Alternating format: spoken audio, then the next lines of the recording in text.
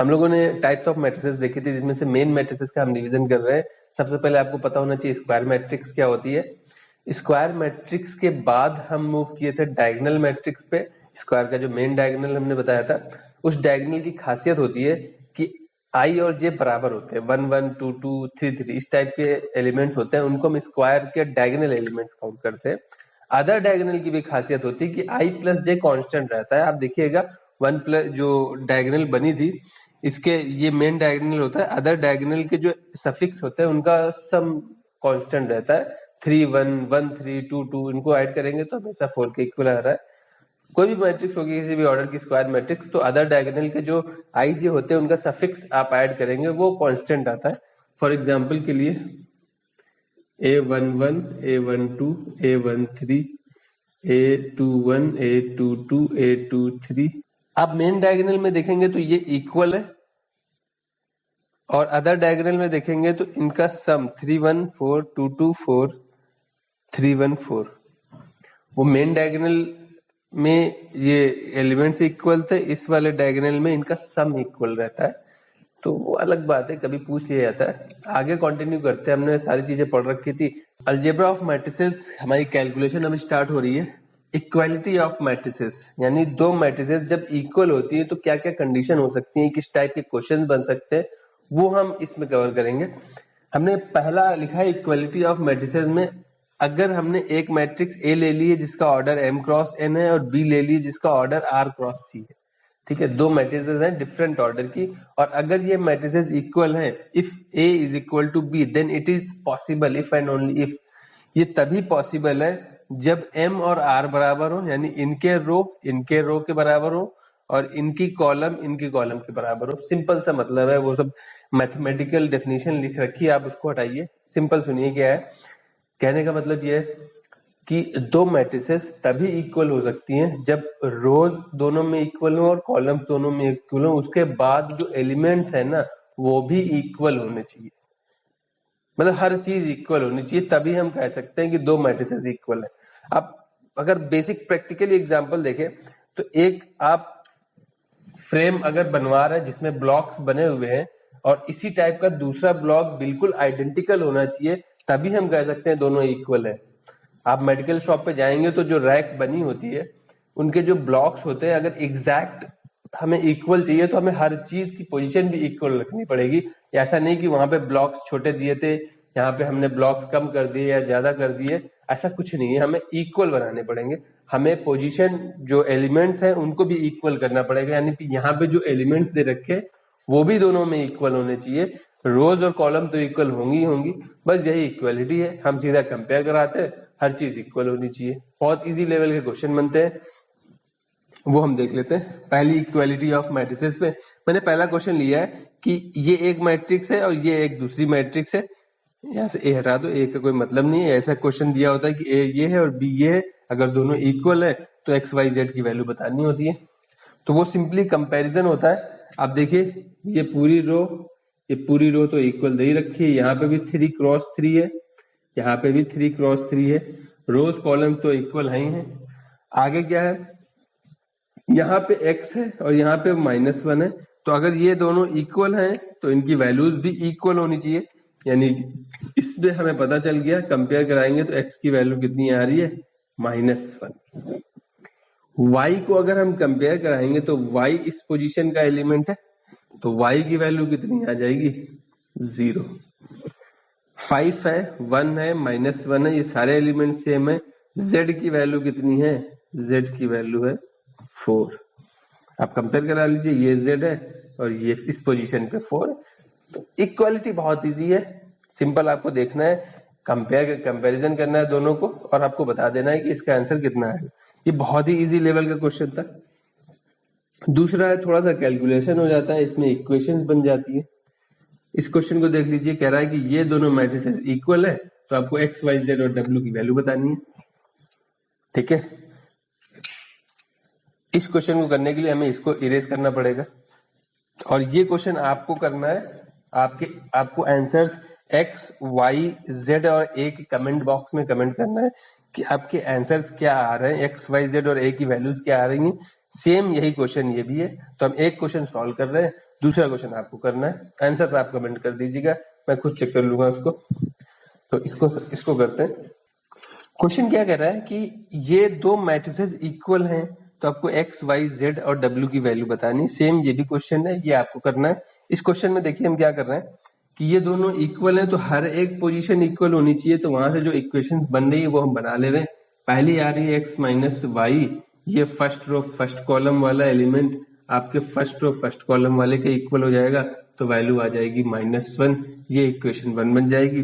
Same इसका comparison कराएंगे तो 2x प्लस जेड की वैल्यू आ जाएगी 5, ये सेकेंड इक्वेशन बन जाएगी। 2x माइनस वाई की वैल्यू आ जाएगी 0, ये थर्ड वाले से मिल जाएगा। और 3z प्लस डब्ल्यू की वैल्यू आ जाएगी 13, ये थर्ड इक्वेशन थी, ये फोर्थ इक्वेशन है। 4 वेरिएबल है मेरे पास, x y z w, और 4 इक्वेशन दे रखी है। जितने वेरिएबल उतनी इक्वेशन होनी चाहिए, तभी हम सॉल्व कर सकते हैं। तो इस इक्वेशन को हम लोग इजीली सॉल्व कर सकते हैं। कैसे सॉल्व कर सकते हैं, बस आपको देखना है, आपको कोई एक ऐसी इक्वेशन उठानी है जिससे इजी कैलकुलेशन हो जाए। कई तरीके दिख रहे थे मुझे, तो ये दो इजी दिख रही है, एक्स वाई एक एक वेरिएबल कैंसिल हो जाएगा। यहाँ क्या है, एक्स जेड है, यहाँ जेड डब्ल्यू है, तो इन दोनों को सॉल्व नहीं कर सकते।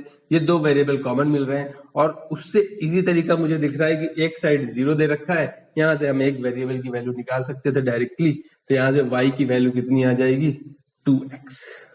अब देखिए ये उस साइड ले जाएंगे तो y की वैल्यू आ जाएगी, ये वैल्यू आपको इसमें पुट कर देनी है। आके कैलकुलेशन आपके ऊपर है। तो जब आप y की वैल्यू यहाँ पे रखेंगे तो x माइनस y की वैल्यू 2x, y की वैल्यू 2x, ठीक है। आप देखिए यहाँ से जो हमने y उस साइड भेजा तो 2x, y की वैल्यू 2x के इक्वल आ गई, ये हम पुट कर दे रहे हैं इक्वेशन 1 में। जब हम इक्वेशन 1 में पुट करेंगे x एज इट इज है, y की जगह 2x रखेंगे और इक्वल में कितना है, -1। तो यहाँ पे -x इज इक्वल टू -1, सो हमारी x की वैल्यू कितनी आ गई, 1। आई होप इतना क्लियर है। अब x की वैल्यू 1 आ गई है, तो y की वैल्यू हम बता सकते हैं। So y is equal to 2x है, तो y की वैल्यू कितनी आ जाएगी, 2। आई होप इतना क्लियर है। x की वैल्यू 1 है तो y की वैल्यू 2 आ जाएगी। देखिए x और y मिल गया हमें, जब हमें x और y मिल गया है तो इक्वेशन 2 क्या दे देगी हमें, इसमें हम अगर पुट कर देंगे x की वैल्यू, ये जो आई थी ये यहाँ पुट कर दो, तो 2 इंटू 1 प्लस z की वैल्यू 5 दे रखी है, तो z की वैल्यू कितनी आ जाएगी, 3 आ जाएगी। यहां से कितना क्लियर है। अब z की वैल्यू हमें पता चल गई 3, तो हम यहाँ पे पुट कर सकते हैं, तो हमें w की वैल्यू मिल जाएगी। z की वैल्यू यहाँ पे पुट कर दे रहे हैं 3 प्लस w 13, तो 3 3 9 हो जाएगा, ये w और उधर है 13, तो w की वैल्यू कितनी आ रही है, 4। तो फाइनली हमें आंसर मिल चुका है। हमें सिंपली इनको सॉल्व करना था। तो ये हमारी w आ रही है, ये हमारी y की वैल्यू है, ये x है और ये z है। तो x y z w, हमें चारों वेरिएबल की वैल्यू मिल चुकी है। ये आपको सॉल्व करना है। आप चाहे तो इसका स्क्रीनशॉट ले लीजिए या आप नोट कर लीजिए, आपको इसके आंसर्स लिख के बताने हैं मुझको। बाकी फिर हम आगे चलते हैं। सेकेंड पार्ट हमारा क्या है, सेकंड पार्ट में देखिए पहले इक्वालिटी हो गई। इक्वालिटी सिंपल होती है, हर एक पोजीशन इक्वल करा देते हैं, जो भी हमें रिक्वायर्ड होता है वो हम दे देते हैं। सेकंड टाइप की कैटेगरी है, सेकंड कैलकुलेशन किस टाइप की करते हैं हम, सेकंड कैलकुलेशन हमारी एडिशन और सब्ट्रैक्शन, दो मैट्रिसेस को ऐड और सब्ट्रैक्ट किस टाइप से करते हैं, तो उसका तरीका देख लेते हैं। चलिए, तो हमने माना कि दो मैट्रिसेस दे रखी है ए और बी, लेकिन उनके ऑर्डर मैंने सेम लिख रखे हैं। ये क्यों है, क्योंकि एडिशन और सब्ट्रैक्शन उन्हीं मैट्रिसेस का पॉसिबल है जिनमें एलिमेंट्स सेम हो। सेम का मतलब पोजीशन वाइज नहीं बता रहे, ऑर्डर सेम हो, यानी कि इसमें जितना ऑर्डर होगा वही इसका ऑर्डर होना चाहिए। अंदर एलिमेंट्स कुछ भी हो सकते हैं, वहां 5 है तो वहां 3, इक्वालिटी में वो एलिमेंट्स भी सेम होने चाहिए थे। यहाँ पे हम वो एलिमेंट्स सेम हो ये जरूरी नहीं है। एडिशन सब्ट्रैक्शन में क्या है कि ऑर्डर सेम होना चाहिए।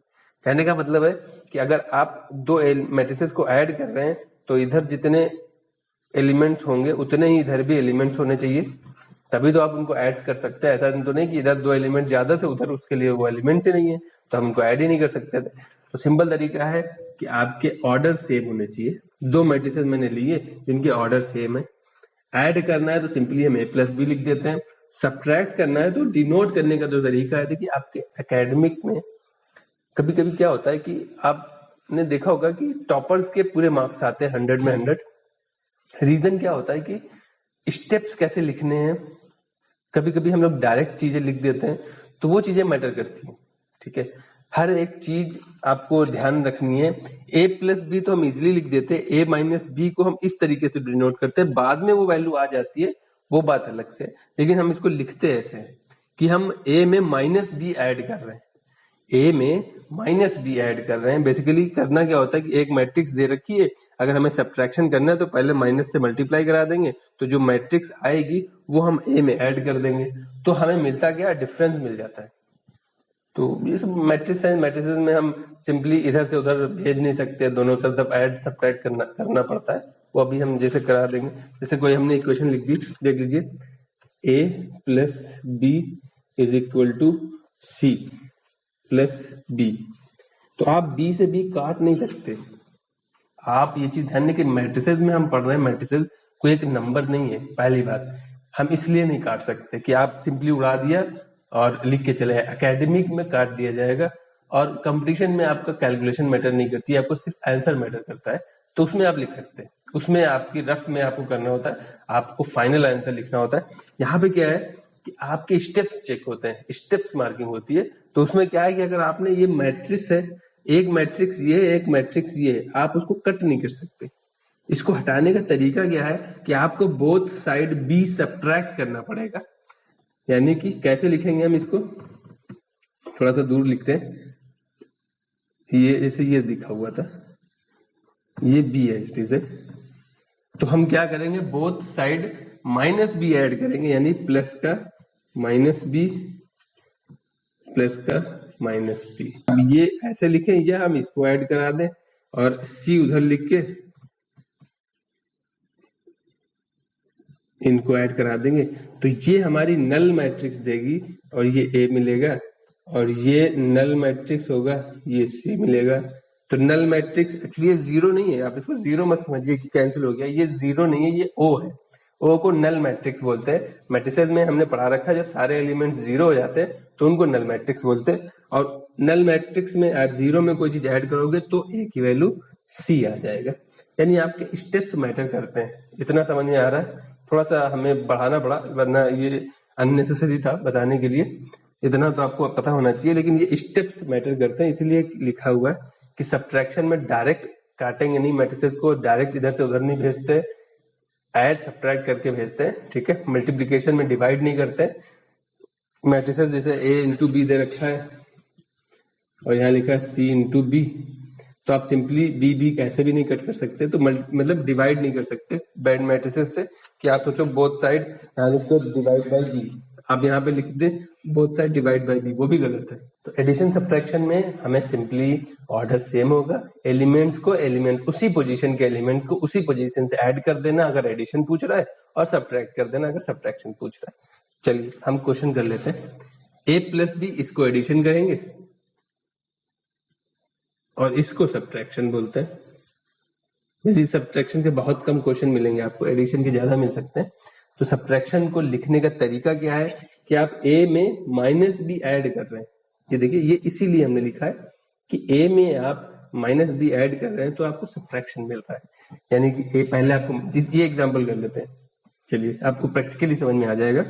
जैसे मैंने a लिख दिया है और b लिख दिया है, एडिशन करना है, एडिशन बहुत ईजी होता है, a प्लस बी, पोजीशन के एलिमेंट्स ऐड हो जाएंगे। यानी ये पहली एलिमेंट पहला एलिमेंट है, ये पहले रो पहले कॉलम का ये एलिमेंट है, आपको सिंपली इन दोनों को ऐड कर देना है, एडिशन है।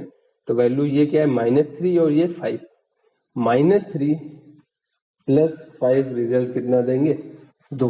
तो यहाँ पे कितना आ जाएगा, 2 और 6 इनको ऐड करना है, 2 प्लस 6 8 हो जाएंगे। यहाँ पे कितना हो जाएगा, 8 हो जाएगा। देखिए 1 और 7, इसी प्रकार से हम इनको सबको ऐड कर देंगे, तो यहाँ पे 3 आ जाएगा, यहाँ पे -5 आ जाएगा, क्योंकि -4 -1 कर रहे हैं, क्योंकि ऐड कर रहे हैं। देखिए -4 में हम -1 ऐड करेंगे तो वैल्यू ओवरऑल -5 आ जाएगी। यहाँ पे वैल्यू कितनी आ जाएगी, 7। ये हो गया हमारा एडिशन। अगर सब्ट्रैक्शन पूछता है तो पहले हम क्या निकालेंगे, माइनस बी। तो माइनस बी कैसे आ जाएगी, सिंपली माइनस से मल्टीप्लाई करा देना है, तो वैल्यू आ जाएगी, हर एक जगह माइनस से मल्टीप्लाई हो जाएगा।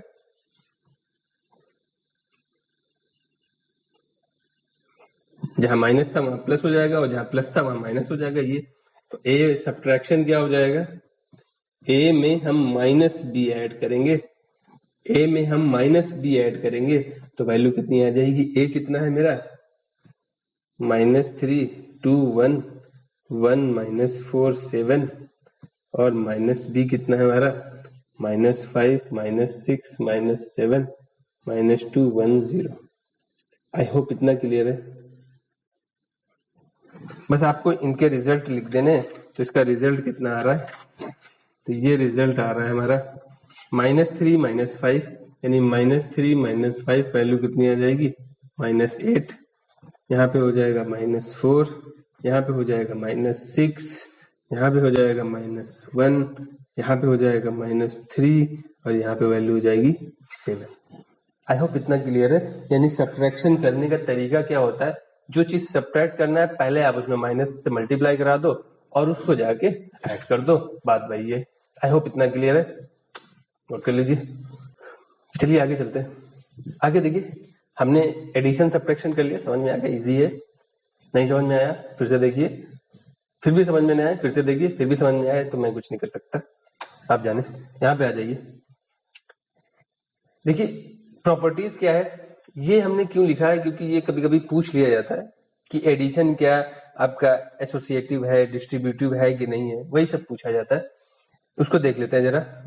पहला पॉइंट जो हमने लिख रखा है, इसका मतलब क्या है, आपने अगर सेट थ्योरी पढ़ी है क्लास 11th में तो आपको ये टर्म्स अच्छे से समझ में आएगा। ये कम्यूटेटिव होता है कि A B is equal to होता है बी ए। मैट्रिसेस में ऐसा नहीं होता है, ये आप हटा दी, सेट थ्योरी में हमने पढ़ा था। तो a plus B is equal to B plus है, मीन्स ये कम्यूटेटिव होता है। और ये सेकेंड कंडीशन क्या है कि a प्लस बी, यानी पहले इन दो को ऐड करो फिर बाद में c ऐड करो, या पहले a को ऐड कर लो फिर b और c को ऐड करो। समझ में आया, पहले इन दोनों को ऐड किया है फिर बाद में c ऐड किया। यहाँ पे क्या है, पहले उन दोनों को ऐड कर लिया फिर बाद में a ऐड किया। इसको बोलते हैं एसोसिएटिव लॉ। यानी कि एडिशन हमारा कम्यूटेटिव भी होता है, एडिशन हमारा एसोसिएटिव भी होता है। यानी आप किन्हीं, जैसे 3 मैट्रिसेस दे रखी है उनमें किन्हीं 2 को पहले ऐड कर सकते हैं, कोई फर्क नहीं पड़ता, रिजल्ट सेम आएगा। जैसे मैट्रिसेस में ए मल्टीप्लीकेशन है, ए इंटू बी, आप बी इंटू ए नहीं लिख सकते, ये गलत है, रिजल्ट डिफरेंट आएगा। इसीलिए ये चीजें पता होना जरूरी है कि आप एडिशन में ऐसा कर सकते हैं, कि आप सब्ट्रैक्शन में ऐसा कर सकते हैं। तो यहाँ पे क्या है कि आप एडिशन में ऐसा कर सकते हैं, आप किन्हीं 2 को ऑर्डर में स्वाइप करके ऐड करें, रिजल्ट सेम आएगा। मल्टीप्लिकेशन में आप नहीं कर सकते, मैट्रिक्स की बात कर रहे हैं।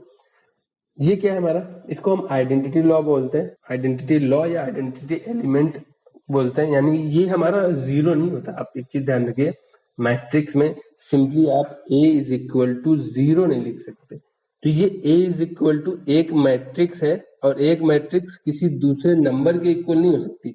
यानी ये भी मैट्रिक्स होगी और ये भी मैट्रिक्स होगी, तो इसको हम नल मैट्रिक्स बोलते हैं। यानी इसके सारे एलिमेंट 0 होंगे, मैथमेटिकली उसकी वैल्यू 0 होती है। लेकिन आपको अगर एक मैट्रिक्स को दूसरे मैट्रिक्स के इक्वल करानी जो 0 है, तो आपको 0 लिखना पड़ेगा। और अगर 1 है, सपोज दैट ये 1 है, तो उसको i लिखना पड़ेगा, आइडेंटिटी मैट्रिक्स के इक्वल है। और जिस ऑर्डर का ये है उसी ऑर्डर का ये होगा। ठीक है, ये बेसिक है। तो ये 3 हमारे रूल क्या है, कम्यूटेटिव भी होता है, एसोसिएटिव भी होता है और आइडेंटिटी होता है। इतना ये 3 इंपॉर्टेंट तो इसलिए मैंने करा दिया। एक इनवर्स वाला भी होता है, कहने का मतलब है कि आप अगर a में -a ऐड करेंगे तो आपको नल मैट्रिक्स मिल जाएगी। ये -a भी लिख सकते हैं, तो यानी ये जो है इसका इनवर्स है। तो यहाँ पे क्या है कि ये इसका आइडेंटिटी एलिमेंट है। तो ये आपने सेट थ्योरी पढ़ रखा है, तो इन रूल्स के बारे में आपको पता होगा। यहाँ पे मैं बस बता दे रहा हूँ कि ये होता है। अभी एक क्वेश्चन दे रखा है कि a प्लस ए की मैट्रिक्स और ये है, तो आपको a बताना है। तो देखिए डिफरेंस कहाँ पे आ जाता है कि एक टॉपर या अच्छे स्टूडेंट्स के फुल मार्क्स आते हैं और आप भी क्वेश्चन करके आते हैं, लेकिन आपके फुल मार्क्स नहीं आते। रीजन है स्टेप्स मार्किंग होती है। बच्चे तो स्टेप्स मैटर करते हैं। आप देखिए कहाँ कहाँ पे गलती होती है। जनरली बच्चे करेंगे क्या, इस मैट्रिक्स को सीधा सीधा उधर भेज देंगे। तो क्या लिख देंगे इसका, मान लिया हम एज्यूम करें, इसको बार बार लिखने में दिक्कत होगी तो एज्यूम कर ले रहे हैं, इसको हमने लेट कर लिया और ऐसे मैंने एक बच्चे की कॉपी चेक कर रहा था, मैं बता रहा हूँ, मैंने इसको जैसे मैं बोर्ड पे समझा रहा था, मैंने यहाँ पे लिखा लेट, ऐसे एरो बना दिया ए और ये बी। भाई साहब ने क्या किया, उन्होंने भी जाकर कॉपी में एरो बना दिया लेट ए। ऐसा नहीं करना चाहिए, हम बता रहे हैं आपको लिखना है properly, let A is equal to, आपको पूरा पूरा लिखना है, let A is equal to 2 3 -1 4। यहाँ पे हम समझा रहे हैं, आप इतना तो कॉमन सेंस रख ही सकते हैं। आप वो डायलॉग मत अप्लाई करिए कि common sense is not so common, तो आपके पास होना चाहिए मुझे लगता है। चलिए बी देख लीजिए, ये मैंने लेट कर लिया, लेट बी, ऐसे मत लेना, ऐसे लिखना है आपको प्रॉपरली। तो ए ये है, ए ये था हमारा, हमने इसको बी लेट कर लिया है और इसको मैंने सी लेट कर लिया क्योंकि ए ऑलरेडी दे रखा है। तो मेरी इक्वेशन क्या हो गई, मेरी इक्वेशन हो गई इनके क्वेश्चन के हिसाब से A plus B is equal to C, और हमको फाइंड क्या करना है, ए। ये बी है, ये सी है और ये ए है। अब बच्चे ने क्या किया, डायरेक्ट लिख दिया A is equal to C minus B और इन दोनों को घटा के ए की वैल्यू लिख दी। देखिए तरीका आपका सही है, तरीका गलत नहीं है, लेकिन स्टेप्स गलत है बच्चे। कुछ चीजें हैं जो आपको उसी हिसाब से करके देनी है। अगर हमने कह दिया है कि a माइनस बी का होल स्क्वायर आपको एक्सपैंड करना है यूजिंग बाइनोमियल, लेकिन भाई साहब ने क्या किया, लिख दिया a square minus 2ab plus B square और बाहर हंसते हुए चले आ गए कि मैंने सारे क्वेश्चन अटेम्प्ट किए, मेरे 100 मार्क्स आएंगे। लेकिन भाई साहब आपने देखा नहीं, यहाँ पे उसने बाइनोमियल लिखा था, वो काट देगा। तो स्टेप्स मैटर करते हैं बच्चे, ये चीज ध्यान रखिए, आपके तभी मार्क्स फुल नहीं आते, स्टेप्स मैटर करते हैं। तो ये चीज गलत है, अगर उसने बोला है कि आपको किस तरीके से करना है तो आपको उसी तरीके से करना है। एडिशन सब्ट्रैक्शन मैट्रिसेस में मैटर करते हैं, आप सिंपली इसको उधर नहीं भेज सकते। तो कैसे करेंगे इस क्वेश्चन को, फिर ये लिखेंगे कि add minus B both side, तो यहाँ क्या हो जाएगा, a plus B plus minus B is equal to C minus C plus का माइनस बी। हमने दोनों साइड ये ऐड कर दिया, और अभी मैंने बताया था कि एसोसिएटिव होता है, यानी कि आप इन दोनों को ऐड करो या फिर इन दोनों को ऐड करो, रिजल्ट में फर्क नहीं आता है। और इधर तो इन दोनों को ऐड कर ही रहे हैं, तो यहाँ पे वैल्यू क्या आ जाएगी, a प्लस बी और ये माइनस बी, आपको नल मैट्रिक्स मिलेगी, o है ये, जीरो नहीं है, और यहाँ पे वैल्यू आएगी c माइनस बी। तो अब ये आइडेंटिटी मैट्रिक्स अभी मैंने पढ़ा था कि a में नल मैट्रिक्स ऐड करोगे कोई फर्क नहीं पड़ता, a आ जाता है, तो वैल्यू कितनी आ जाएगी, a की वैल्यू आएगी c माइनस बी। लेकिन आप कहेंगे रिजल्ट तो सेम आया, रिजल्ट बच्चे सेम आएगा, 2 + 2 4 ही होता है, ठीक है। तो रिजल्ट में चेंज नहीं आएगा, लेकिन तरीका डिफरेंट है, उसने डिफरेंट मैट्रिक्स में पूछा है। सिंपल आपकी अलजेब्रा नंबर्स को ऐड नहीं कर रहे हैं, ये नंबर्स नहीं है, नंबर्स इनके अंदर होते हैं, डिफरेंस आप समझिए। इसीलिए हम इनको डायरेक्ट इधर से उधर फेंक नहीं सकते, आपको जो प्रोसेस है वही अप्लाई करना पड़ेगा। आई होप इतना क्लियर है। ये कुछ क्वेश्चंस हैं जो हम लिख के जा रहे हैं, और आप ट्राई करिएगा इनको सॉल्व करने के लिए। इजी क्वेश्चंस हैं, तब तक के लिए सेफ रहिए, पढ़ते रहिए और वीडियो को शेयर जरूर करिए, सब्सक्राइब करिए चैनल को। Thank you.